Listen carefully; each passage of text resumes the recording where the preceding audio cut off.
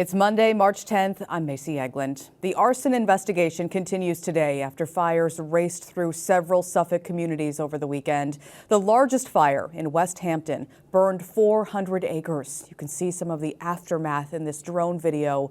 That fire was fully knocked down yesterday. A team of 25 Suffolk detectives are now working alongside arson investigators looking into the origins of the fire.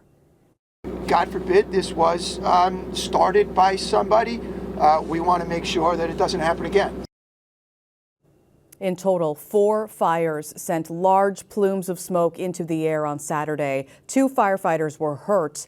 A burn ban is now in effect for Long Island. This week, we're marking 5 years since the COVID-19 pandemic shut down the world. Some Long Islanders are still feeling the effects. That includes this East Meadow pastor who spent more than 3 months in the hospital. Physical activities, very hard.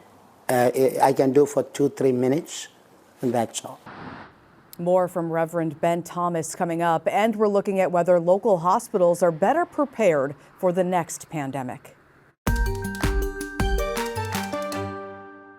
Only in Newsday, Long Islanders are being priced out by high rents and moving out of state. More than 434,000 people moved away from Long Island between 2017 and 2021. That's according to a report from the LIA's Research Institute. Now, experts tell us the root cause for that migration continues to be the cost of living crisis facing the region. Well, Irish eyes continue to shine across the island. Yesterday was the big St. Patrick's Day parade in Huntington. St. Patrick's Day is a week from today, and there are parades to celebrate all month long. You can see our complete guide on Newsday.com. All right, let's talk about your forecast now. Spring is in the air this week. It's great. Sunny today, highs in the upper 50s for your Monday, near 60 potentially in some spots. We do have a light breeze. Tomorrow, another sunny day. Highs around 57 degrees. Taking a look at your 7-day forecast, really we've got a pretty nice week ahead. We do have some possible wet weather next weekend. We'll keep an eye on it.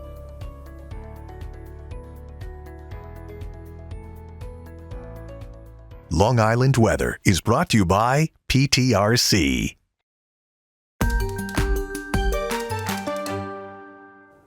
It's been 5 years since the COVID-19 pandemic began, and some Long Islanders are still feeling the effects. Virginia Huey has the story you'll see only in Newsday. This is my 9/11. I will never forget 2020, March 24. My life is still suffering because of a small virus. Pastor Ben Thomas of East Meadow contracted COVID-19 5 years ago this month. His body so ravaged by the virus, he spent 6 weeks in a coma, 54 days on a ventilator, and 3.5 months at Mount Sinai Hospital. It changed my destiny. Thomas says receiving a life-saving lung transplant in 2023 improved his breathing, but the disease has forever changed his life. Physical activities, very hard. I can do for 2-3 minutes, and that's all. The pandemic not only changed lives, it brought about change in some hospitals across Long Island. The good thing that we took away from COVID is getting prepared for worst case scenario. Mount Sinai South Nassau revamped its emergency department using lessons learned from the pandemic in its design. During the pandemic, patients were separated by curtains, but now they've been replaced with 54 private exam rooms. Are all hard-walled rooms, no curtains, just with hard closed doors. So that is better for the patient, and those rooms are now negative pressure, so all of those anything that they might have is not going to get spread to other patients or around the emergency department. Stony Brook Medicine opened a post-COVID clinic in Lake Grove. The clinic provides a range of care all under one roof for patients dealing with symptoms of long COVID. And we've learned the most from our patients who've been significant advocates for themselves and for their health.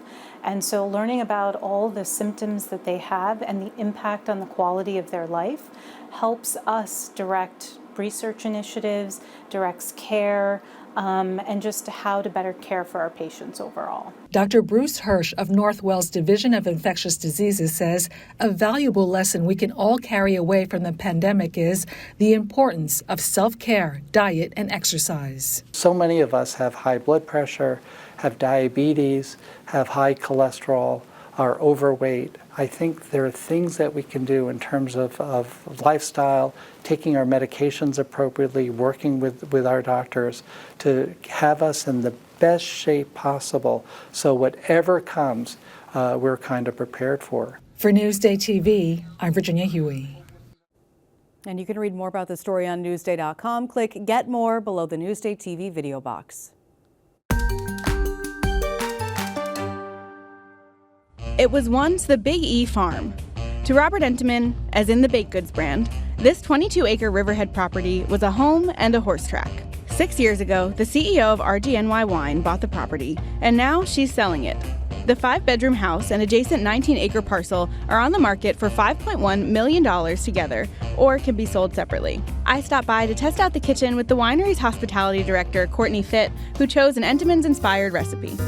I have had many a conversation over an Entenmann's Ultimate Crumb. There are still signs of the Entenmann's here. A double oven, a serious-looking fridge-freezer combo, and a butler's pantry. Most things in this kitchen are commercial grade. A lot of very good dinner parties have happened here. Here I have the crumb topping, and I'm just gonna pour in the melted butter, and then this should, in theory, get nice and crumbly for us. Of the 205 acres RGNY owns in this area, 90 are for growing grapes. There are no grapevines at the home, but the vines are the view. The house here is on about 3 acres, and then behind it, that 20 acres that you were talking about used to be the racetrack. So the inspiration for the property of being like a horse racing property, they had a ton of thoroughbreds here. Robert Entenmann owned a vineyard when he lived here too. What was once Martha Clara became RGNY 5 years ago. So our crumb topping is done. That looks pretty good.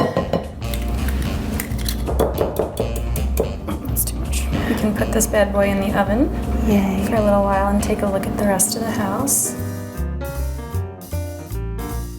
In the basement, where there are a gym, a sauna, and an indoor pool, there's also a wall with plans for the house, drawn up in 1993.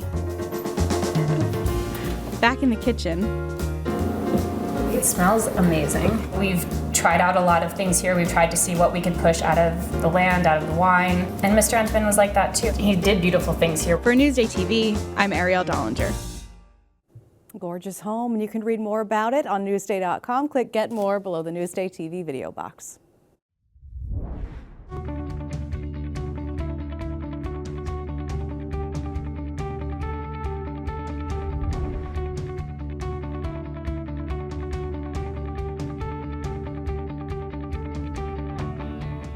I'm Macy Eglund. Thanks for watching Newsday TV. Have a great day.